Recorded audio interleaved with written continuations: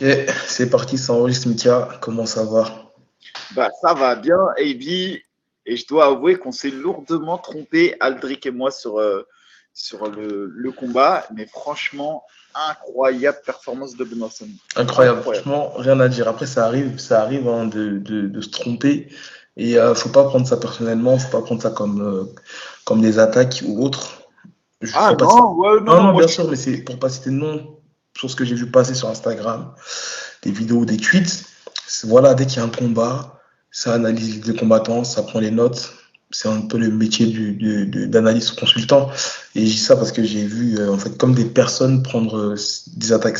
Enfin, les gens ont pris les analyses comme des attaques personnelles, tu vois. Donc voilà, Ouais, ça ouais, arrive, faut pas le prendre personnellement. ouais, je C'est pense ça que je pas. veux Après, dire. c'est clair que tu vois, la réalité m'a donné tort. Et comme je l'ai dit, tout à l'heure, moi, je souhaitais la victoire de Benoît. Mais quand, par exemple, Gomis, il avait combattu sur son dernier combat contre Marshall, pareil, je voyais Marshall favori, hein. Oui, bien Euh, sûr. Après, là, sur Benoît Saint-Denis, pour moi, clairement, c'était le challenger. Maintenant, il a montré que il était en position de challenger, mais qu'il était largement meilleur. Et il a Ouais. montré qu'il était largement au-dessus de Bonfim. Et moi, je vais même plus loin. Je pense qu'aujourd'hui, il mérite, genre, limite d'être dans le top 15 des 70 kilos. Après, on sait que 70 kilos, c'est une catégorie difficile. On a d'ailleurs vu un combat, là, le top 15 Grant Dunson, qui était 15e, qui a battu Damir Ismagulov. Je ne sais pas si tu as vu le combat. Non. C'était incroyable. On a aussi vu Kuta Telad, qui a gagné la performance de la soirée, euh, qui s'est imposé, je crois, dans le combat. Non, qui a Non, perdu il a perdu, justement. il a perdu Telad peut qui a perdu être. contre Elves Brenner, qui a pris la performance de la soirée. Donc, on voit la KT des 70 kilos, elle est difficile. Maintenant, quand on voit ce que Benoît a produit face à Bonfim, j'ai été grave mauvaise langue parce que je disais que ça allait être un combat difficile et que du coup, je pensais qu'il ne serait pas prêt pour l'UFC Bercy. Mais là, pour moi, Benoît, il vient de rentrer dans le top 5 de ce qui se fait de mieux en France. C'est-à-dire qu'aujourd'hui, en France, on a Cyril Gane chez les poids lourds, on a Nassourdine chez les 84, évidemment, on a Manon Fiorot chez les féminines, mais maintenant, tu es obligé de citer comme représentant en tête de locomotive, Benoît Saint-Denis, il vient de montrer que c'est une locomotive en France. Et pour moi, il vient de faire son entrée, et même, j'ai envie de dire, aujourd'hui, à 70 kilos, au vu de sa prestation, il est même passé devant Mansour Barnaoui, que je mettais, avant cette prestation, je mettais Mansour devant. Maintenant, sur l'intégralité de la carrière, forcément, Mansour est devant parce que ça fait plus longtemps qu'il est sur le circuit. Mais ce que vient de faire Benoît sur ce combat et la performance qu'il a montré hier soir montre qu'il rentre dans le top 15 de l'UFC, pour moi, enfin, qu'il a sa place. Et pour moi, aujourd'hui, il fait partie des 5 Français qui performent le plus. Et donc, félicitations à lui, félicitations à la team Voirin aussi. Parce que quand on prend un peu de recul sur le truc, c'est que ce qu'on remarque, c'est que Romain Debienne, depuis qu'il est chez la team Voirin, il enchaîne les belles performances. Il est au Bellator. Mathieu Leto, à l'Hexagone, il enchaîne les performances. Euh, Avant ça, on avait, comment ça s'appelle, euh, Jurek. Jory qui, bon, malheureusement, à l'octagone, a fait une contre-performance, mais en plus contre quelqu'un qui était un peu moins fort que lui, qui était censé être un peu moins fort que lui, mais sinon, il enchaînait les grosses performances à l'octogone. Et on a Benoît Saint-Denis à l'UFC, c'est incroyable quand même. Quel Et gros parcours. il me semble qu'il y a Nora Cornol qui a rejoint l'équipe. Bah, Nora, elle était dans l'équipe un temps. Je ne sais pas si elle est restée ou pas, mais en tout cas, ils ont participé aussi au fait que Nora, à un moment donné, ait progressé. Donc, on est obligé de mettre la team Voirin dans. Aujourd'hui, pour moi, à haut niveau, on a 3 teams en termes de volume de combattants et de nombre de combattants qui évoluent et d'organisation. On a la team Aldric, on a la team Voirin et on a le MMA Factory. C'est aujourd'hui les 3 teams qui produisent le plus de champions dans les grosses organisations. Et ouais, et franchement, bah, je félicite. Et pour être honnête, et voilà, encore une fois, je pensais qu'il était vraiment pas favori. Et je suis resté bloqué peut-être sur sa performance de Bercy, et il l'expliquait. Et en plus, dans le film, il disait que c'était une performance qu'il a faite dans des conditions dans lesquelles il n'était pas forcément les meilleures, parce qu'il y avait le mariage juste avant, il avait une grosse infection au pied, il s'était blessé dès le premier shoot.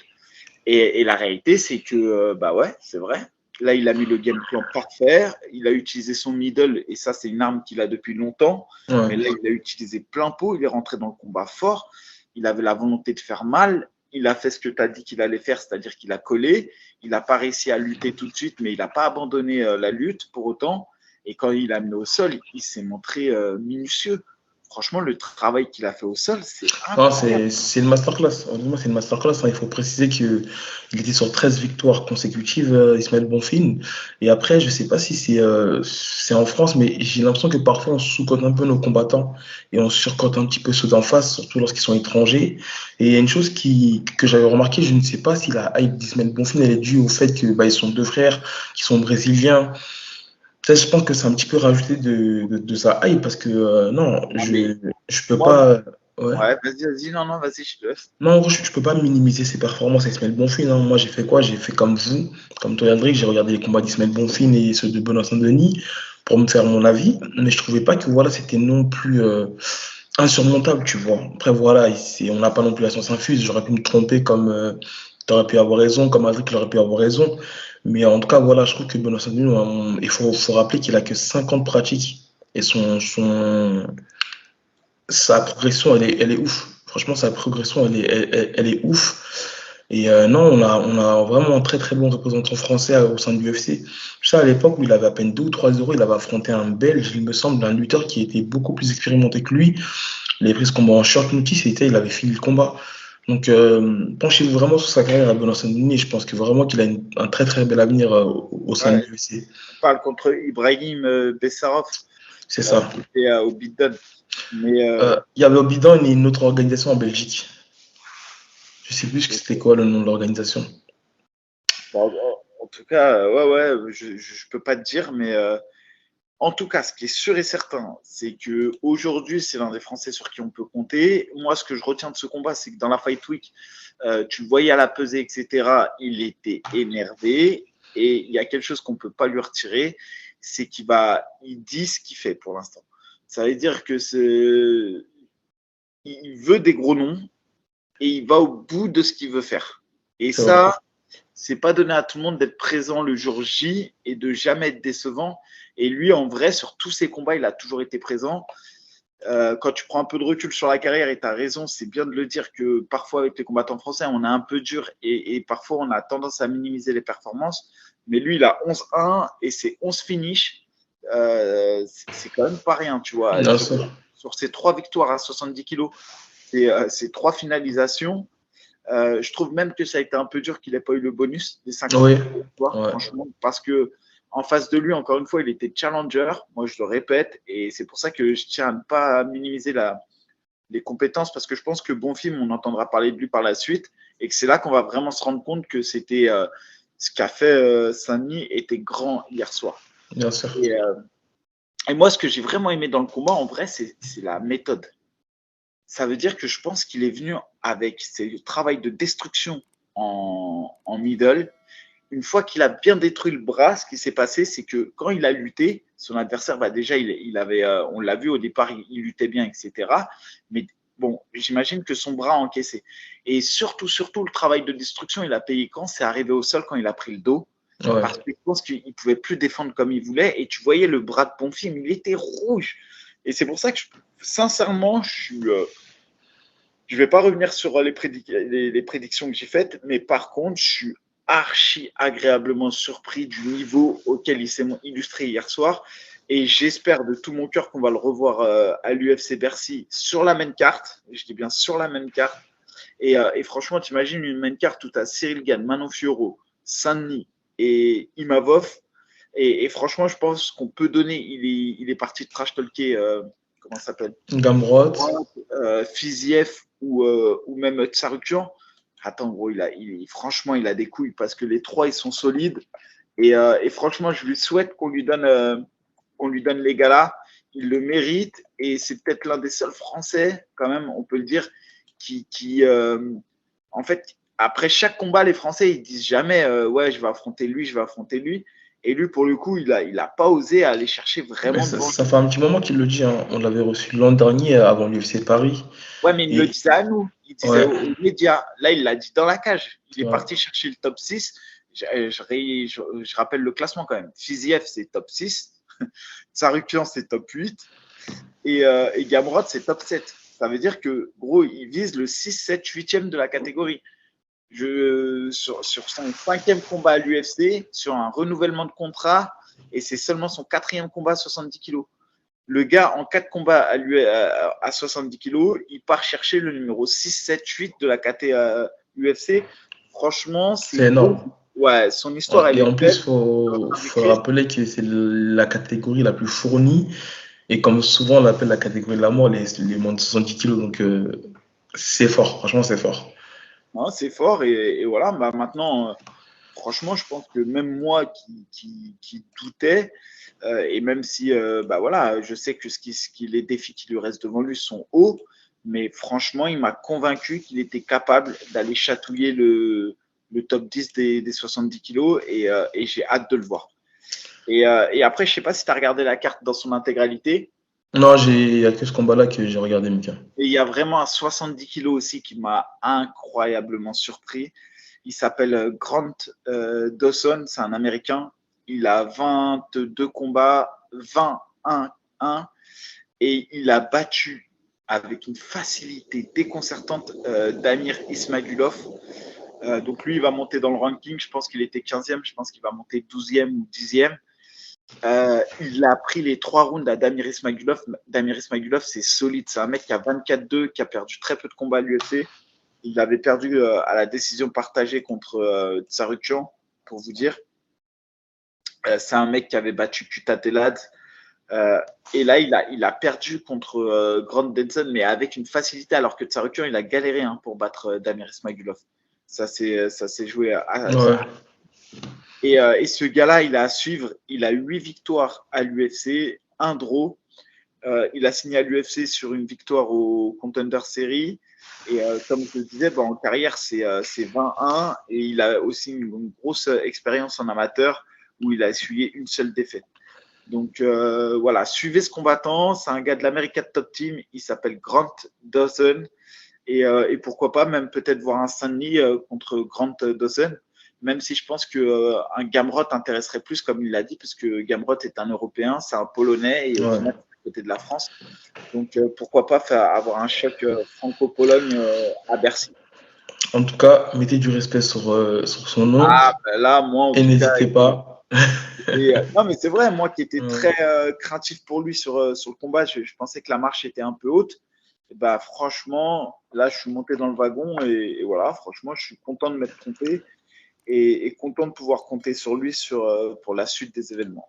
C'est ça. N'hésitez pas à mettre en commentaire qui aimerait vous voir face à Benoît Saint-Denis, peut-être lors de l'UFC Paris en tout cas. Mika, on s'approche des vacances d'été. Les événements, c'est presque fini. On a juste le MMA GP qui arrive ce samedi. Attends, je voulais quand même parler de la Supreme League. Ok, c'est vrai que ça s'est passé le 1er juillet. J'étais absent parce que je ne suis pas là. Hatch, je ne boycotterai jamais tes événements. Sache-le. Alors, j'ai pas envie de dire de bêtises, mais pour moi, c'était la 2e fois seulement qu'ils organisent à l'embarcadère d'Aubervilliers. Pour la Supreme League. Ouais, mais de manière générale même, je crois, non? Il l'avait organisé à l'époque, 100% Fight. Bah, franchement, j'ai à plusieurs reprises.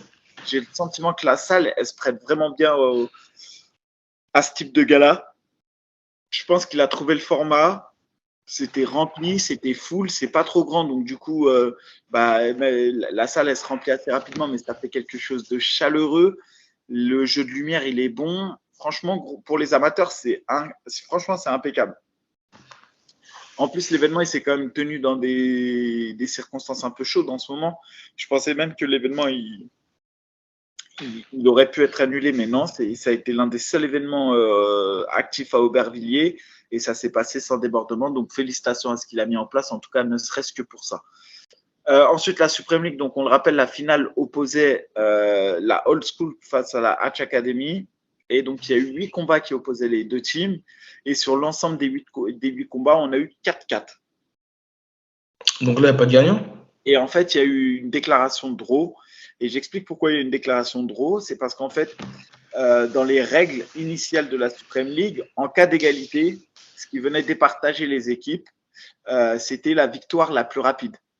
Ça veut dire que si tu faisais une soumission ou un KO au premier round, enfin, le combattant qui avait finalisé le combat le plus rapidement possible faisait gagner son équipe. Sauf qu'à la old school, ce qu'ils avaient compris et ce que moi-même pensais en fait. C'est même pas ce qu'ils avaient compris, c'est eux ils pensaient que c'était ça la règle et moi aussi je pensais que c'était ça la règle. Mais Hatch m'a montré que c'était écrit noir sur blanc, que c'était bien le combat qui se finalisait le plus rapidement possible qui gagnait. Moi je pensais que c'était l'équipe qui avait fait le plus de victoires par finalisation. Ok. Et normalement, si tu regardes, en fait, c'est que la Old School a gagné 4 points, dont 2 combats qui se sont finis avant le temps réglementaire. Et la Hatch Academy a gagné avec 4 points, avec un seul combat qui s'est fini avant le temps réglementaire. Mais c'est Hatch qui a gagné, on va dire, la finalisation la plus rapide. Et donc, Hatch, pour pas faire de polémique, il a dit OK, bah, dans ce cas-là, on fait match nul. Et donc, Ok. du coup, ça s'est traduit par un match nul entre la Old School et la Hatch Academy. Et je vais quand même saluer quelques performances. On a un gars de la team de Hatch. Je tiens à souligner sa performance.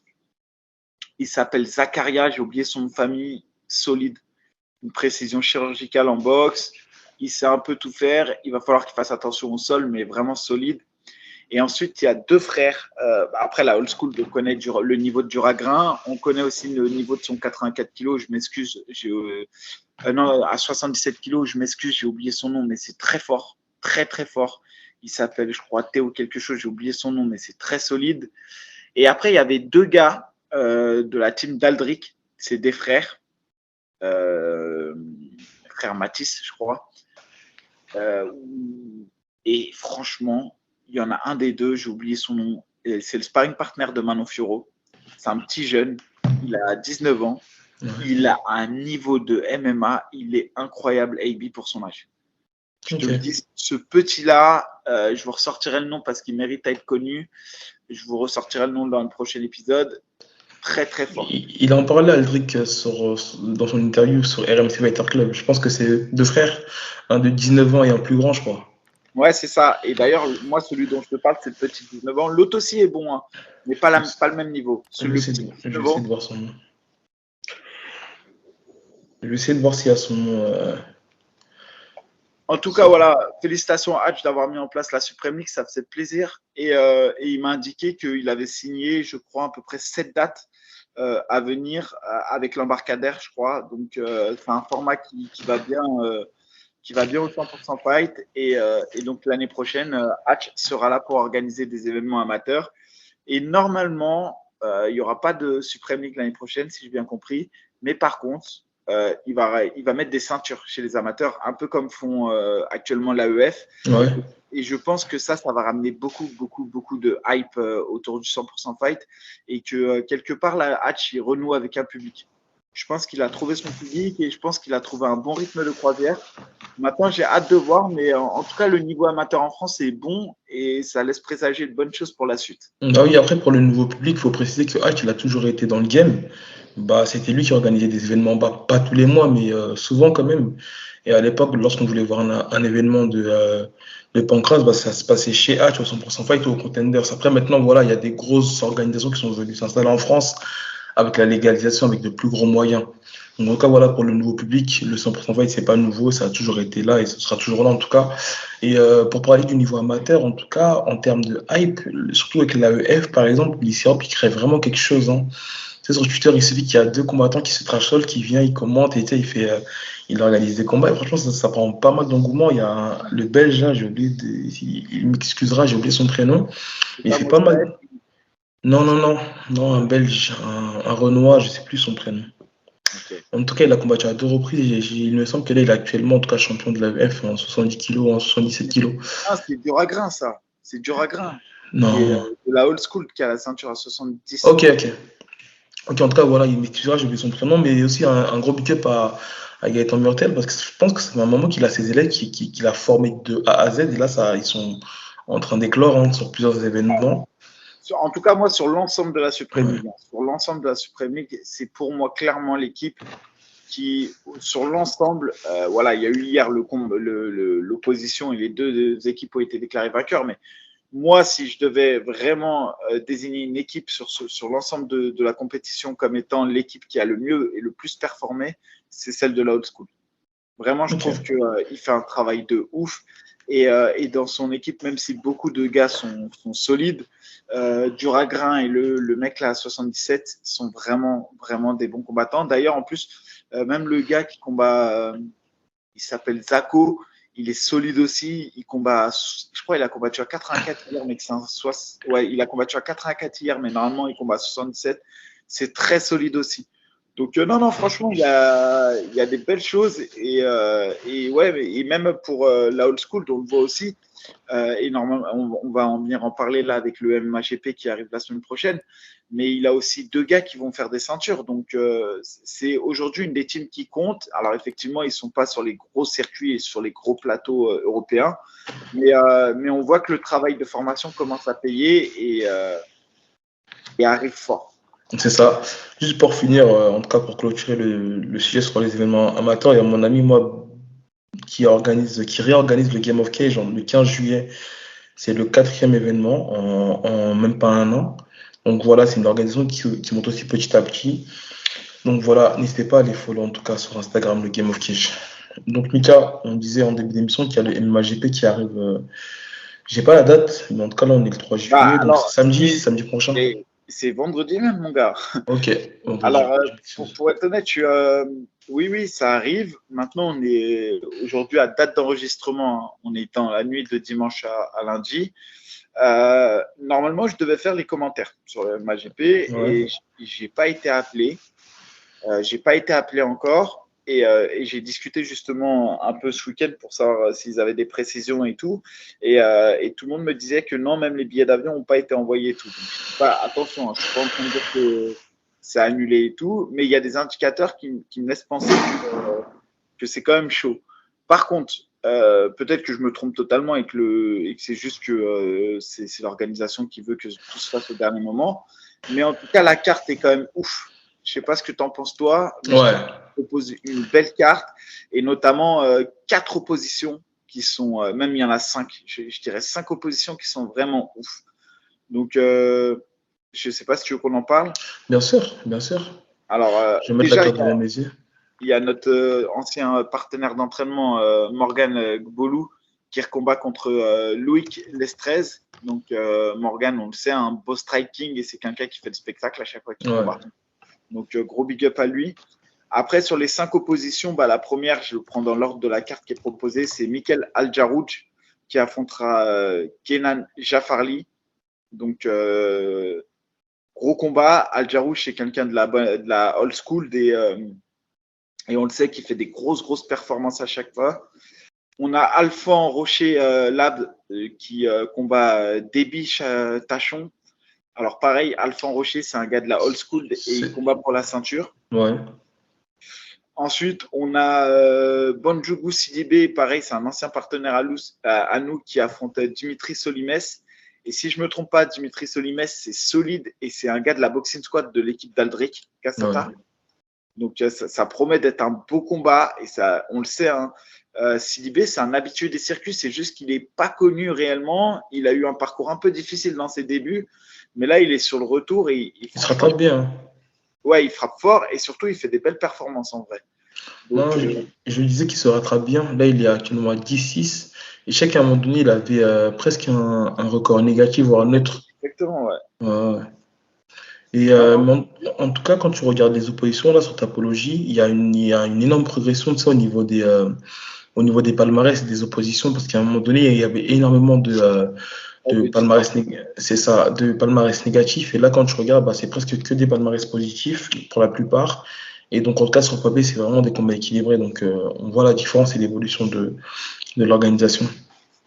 Et pareil, tu vois, on a un gars aussi, je le cite parce que je ne l'ai pas cité, il ne fait pas partie des 5 combats que je citais là, j'en ai cité que 3 sur les 5, mais lui, c'est un combattant que je vous invite à suivre, que je trouve très fort. Et d'ailleurs, c'est un gars de la team Avoirin aussi, il s'appelle Emerson Silva, c'est un Brésilien qui combat en 77 kilos et qui combattra Mathias Poiron qui a 5-0. Donc, ça va être un beau combat. Et ce gars-là, là, le Brésilien dont je parle, je vous assure, c'est extrêmement solide. Et là, je crois qu'il descend chez les 70, je ne suis pas sûr. Ça sera vérifié, je ne sais pas si ça se fait à 77 ou 70. En tout cas, ce gars-là, le Brésilien, il fait des combats spectaculaires. Ensuite, en Common Event pour la ceinture, on aura Jason Poney qui vient remettre sa ceinture en jeu face à Mickaël Dubois. Donc, c'est Mickaël Dubois, c'est de la team à Karla Moussou et c'est celui qui avait battu avec un peu un litige sur la soumission, mais qui avait battu par soumission Oudina. Ouais. Et enfin, le main event, j'ai envie de dire, c'est le combat du peuple. C'est Yann Kwadja face à Saïd Mahalem pour la ceinture des light heavyweight. Donc, gros main event. Ça cogne des deux côtés en tout cas. Ah ouais, Kwadja, on le sait, c'est quand ça touche, ça se couche.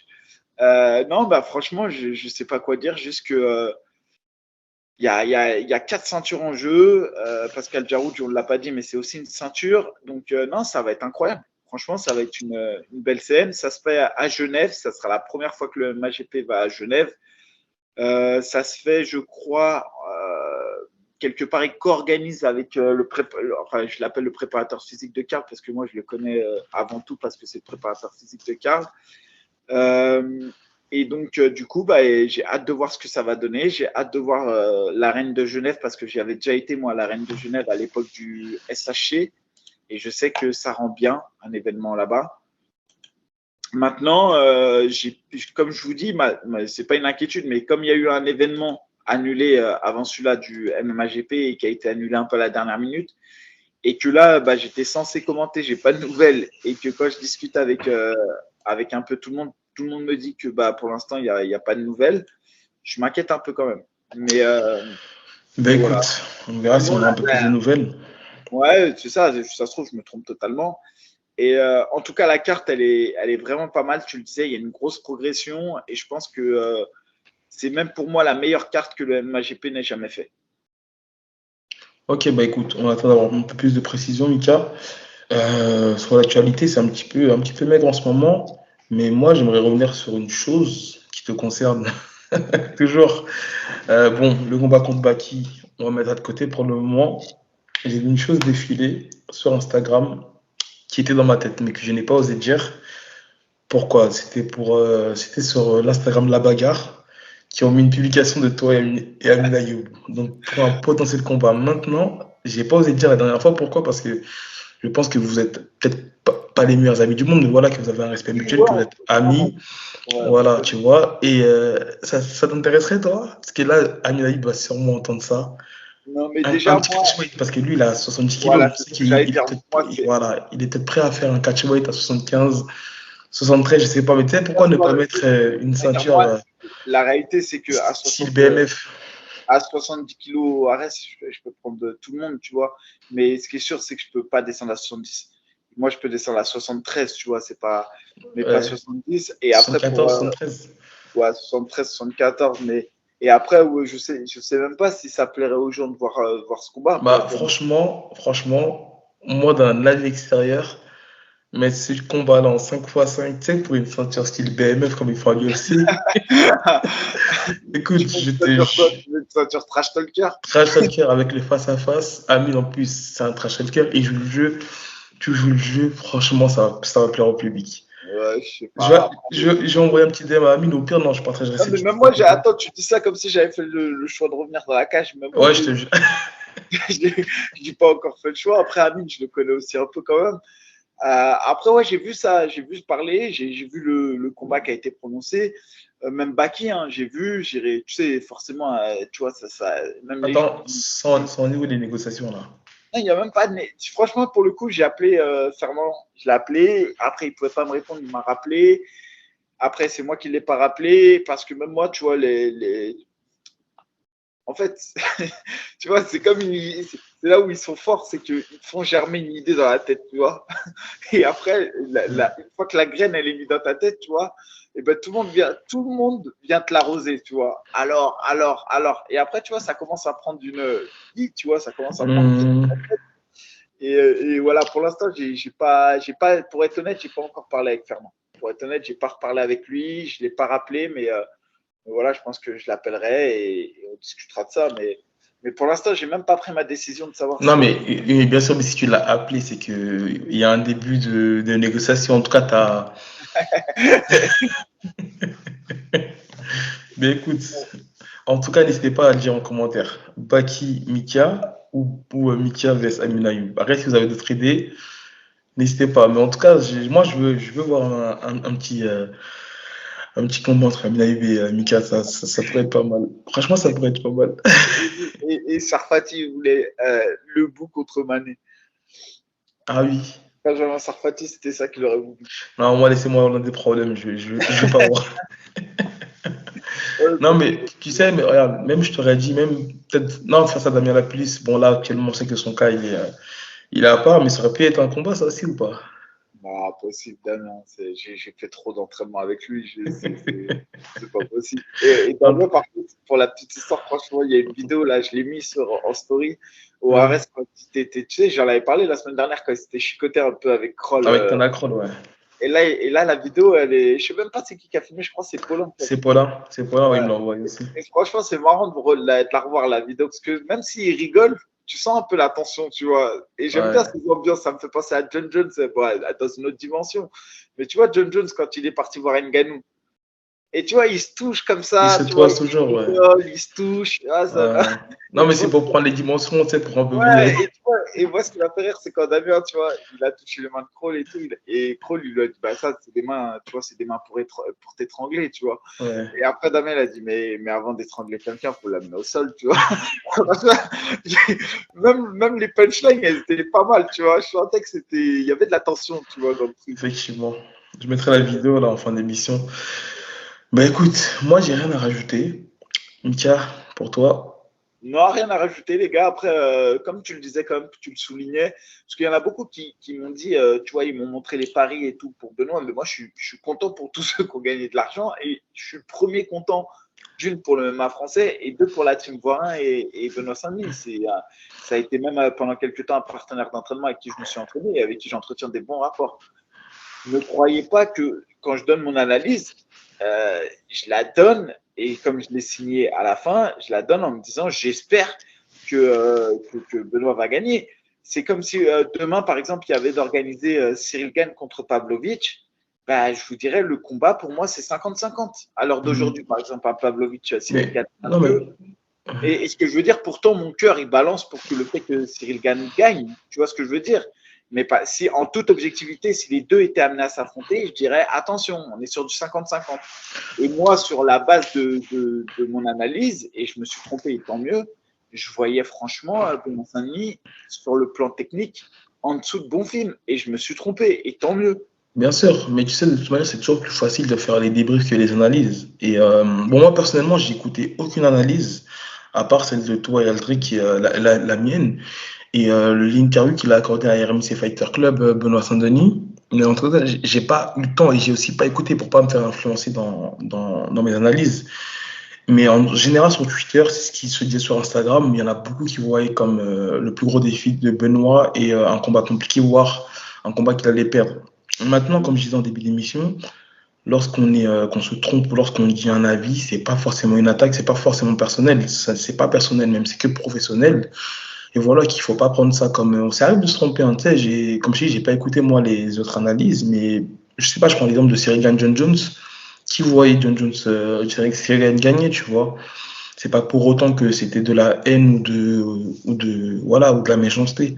Donc voilà, faut pas trop être matrixé non plus, faut pas trop voir des attaques et des pics partout. C'est des analyses et ça restera que des analyses. Comme je dis, c'est faut se mouiller, faut jouer le jeu, c'est pas toujours évident. Hein. Ça, moi, j'avais un petit peu du mal de contredire toi, Aldric, de par votre expérience et de par votre analyse, de votre clarté. J'avais du mal, mais honnêtement, c'était mon avis à moi. Mais d'être un petit peu trop parano. Non, non, bah, au final, regarde, non, mais c'est comme quoi. Et après, moi, franchement, même avec le recul, je me suis dit, bah ouais, mais en fait, non, avec, comme tu as dit, c'est plus facile de débriefer que d'analyser, tu vois.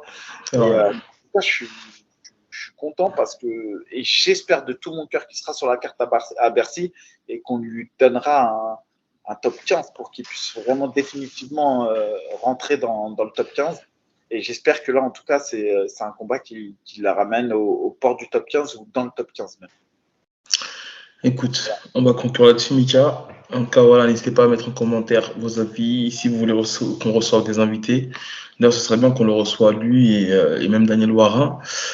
Et voilà, abonnez-vous Spotify, YouTube. Regardez, les gars, Bonne... investigation. Attendez, je regarde mon fond d'écran quand même au cas où. Investigation en direct live. Je suis en lien. On peut l'écouter ou pas? On peut l'écouter, mais Non, non, mais je suis en lien avec Carla Moussou qui va m'amener des éléments de réponse pour le MAGP. tu as déjà été clairvoyant au sujet de Donatello sur le pull-out. Peut-être que tu le sauras sur les MMAGP. À De voir. quoi? De quoi? Tu as déjà été clairvoyant sur le pull-out. Ah ouais, peut-être sur le MAGP, je le serai aussi, ouais. Bah, toi, je suis plus clairvoyant sur les pull-out et sur les, sur les files que sur les performances des Français. Mais comme tu l'as dit, après, moi, c'est vrai en plus, j'ai tendance à être un peu dur avec les Français. Et par exemple, avec William Gomis, c'était un peu pareil, tu vois. Mais je reste persuadé, n'empêche, en tout cas, ça, vous ne pouvez pas me le retirer de la tête, que ça restait le plus gros défi en carrière de Benoît. Moi, j'en suis persuadé. écoute, en tout cas, le plus dur reste à venir. Exactement. Monica, bonne soirée à toi, mon gars. Bonne soirée et bonne journée à vous. Et bonne semaine. Et on est à l'heure. Yes.